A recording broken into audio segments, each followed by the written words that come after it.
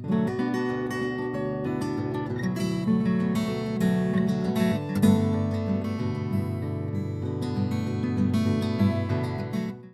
explorer les outils principaux de consultation de données, nous allons devoir charger des couches spatiales vectorielles, comme auparavant. Avec le bouton, nous ouvrons le gestionnaire des sources de données et nous sélectionnons les données à l'intérieur du fichier Salvador. Plus exactement, dans le dossier Administrativo, ce sera la couche LIM municipal.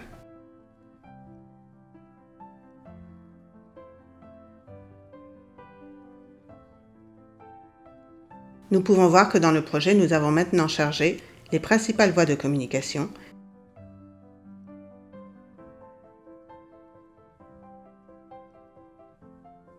et les localités salvadoriennes. Nous mettons en ordre les couches dans le panneau de couches, de telle sorte que les points soient au-dessus des lignes et des polygones.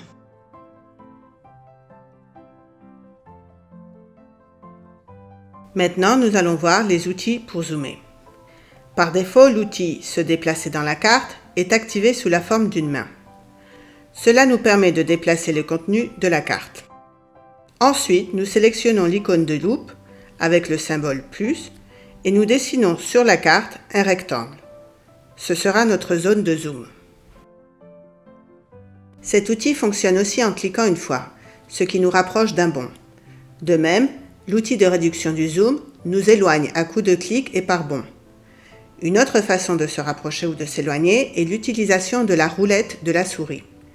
En la tournant dans un sens, elle augmente le zoom.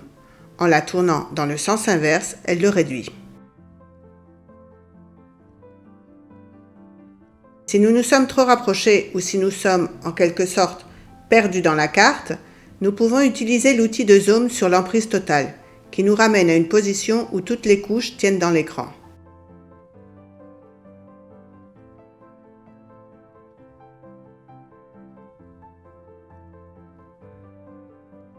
D'un autre côté, si nous travaillons dans une zone concrète, nous pouvons sauvegarder le zoom et la position dans « Nouveau signet spatial ».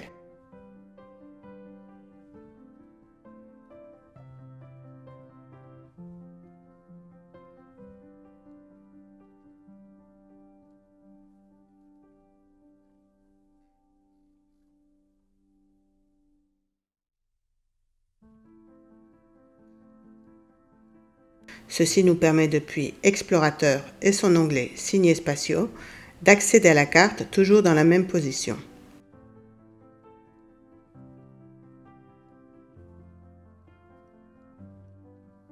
Cependant, parfois, nous n'avons pas sauvegardé la position idoine et nous réalisons des zooms où nous nous déplaçons sur la carte. Avec les boutons de zoom précédent ou zoom suivant, nous pouvons revenir sur nos pas et revoir les zooms utilisés dans le projet.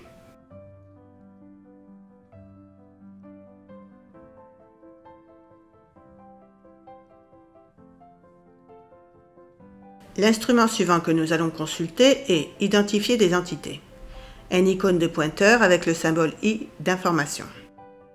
D'abord, nous devons sélectionner dans le panneau de couches la couche où se trouve l'information que nous voulons consulter. Dans ce cas, il s'agit de la couche « Municipalité » qui est mise en relief en bleu. Nous activons l'outil « Identifier des entités » et nous cliquons sur une municipalité. Son information spatiale est marquée en rouge sur la carte et son information alphanumérique, ou ses attributs, apparaissent sur la droite dans une nouvelle fenêtre de visualiseur de résultats. Ici, nous pouvons voir toutes les caractéristiques attribuées à cette municipalité sur cette couche. Les noms des attributs sont des abréviations, mais le champ NAM représente le nom de la municipalité. Le champ PPL donne des informations sur la population. Le champ TXT indique le code de son département et Area KM nous renseigne sur l'aire de la municipalité en kilomètres carrés. Nous pouvons voir que les attributs varient quand on change de polygone. Pour éliminer la couleur rouge du polygone sélectionné, il suffit de cliquer dans un espace vide et la marque disparaît. Mais nous pouvons consulter d'autres choses que les municipalités. Si nous sélectionnons dans le panneau de couches les autres couches, nous pouvons consulter les attributs des tronçons routiers ou des localités.